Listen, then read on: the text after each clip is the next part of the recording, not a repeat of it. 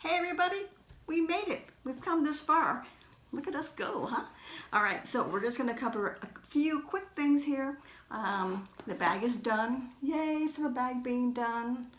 And all we've done is I decided to go ahead and have the zipper hardware extend from the tape and not put it in the bag after all, because you need to hang on to it when you open and close the recessed zipper. We've added our beautiful leather tassel. There's a different tutorial on that, not in this series, so you can find that. Add a little bit more bling, a little rose charm. You can find those on Amazon. And we added our hang tag, which you can get these from Warehouse Industries. So Laura and Randy, very nice people. So our bag is done. She's ready to find a new home. So let's talk about the new home real quick. Now your bag is done and you're trying to decide, am I gonna keep it for myself, which is awesome, it's fun to have a new bag, or am I gonna sell my bag?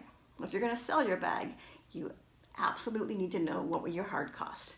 Now, so just get a spreadsheet out and write down vinyl, leather, cork, interfacing, the linings, the hardware, anything that's tangible that you can write down. You might be surprised that some of these bags can be fairly inexpensive, even though they might be bigger, and then other bags can be very expensive, and you're like, well, where did that happen? To me, the biggest expense comes from the hardware. So I just write it all down. If I got a beautiful connector strap that cost me $4 for $5, I put down $5. And your little tassel holders, maybe it cost you $2.50. What I don't do is if I get something on sale, I don't factor in the sale price. So if and then also such as a lining or a cotton fabric, I don't try to write down the exact cost that I paid for it. So some cotton might be $10 a yard, some might be $6 a yard. I'll just put down, $8 a yard. Keep it simple. So I'm just trying to get a really, a good estimate on what it cost me. I'm not trying to be too precise. Some people have a very, very strict, Excel spreadsheet with very definitive cost, and good for them. So I don't sell that much. I just mostly like to do it to make sure, see how much did it cost me. So this bag, I think it probably cost me, let's see, probably cost me about $40 to make. Not my time, because that was like 4 years, so we can't factor that in. But I'm just kidding, but it's close, right? Anyhow, figure out, and then how much do you want to make? Well, I have a very rough process. I usually try to say 2.5 to 3 times my cost. So let's just say if it costs $40 to make, not including my time, 40 times 3 is $120. So I could, as a minimum, I could sell this bag for $120. I probably wouldn't, because that seems very inexpensive for such a beautiful high-end bag. But that's a good basis.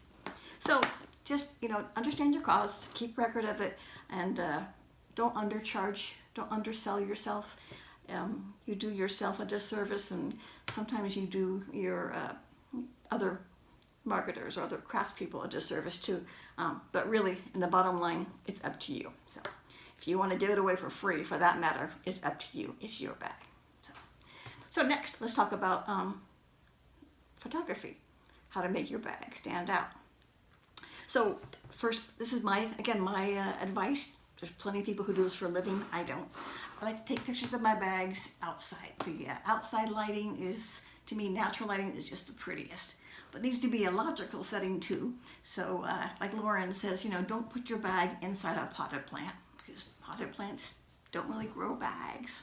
Wouldn't that be great though, huh? Anyway, so make your shots logical. I put mine a lot out in the courtyard by a fountain. It's just pretty. I'm not sure how logical that is, all right, but still pretty. And then, but not everybody can go outside.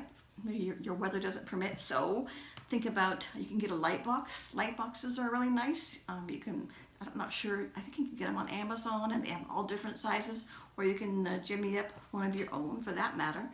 And, or you can buy the backdrops. They have those nice backdrops. If you use a backdrop from a purchase place, make sure it's ironed. Sometimes I see people that have the backdrops and they're kind of wavy, and there's no waves really in hardwood floors. So just take extra care before you take your picture. And Taking pictures, well, film is free mostly. So if I take 20 pictures, I might use 5 of them, if that.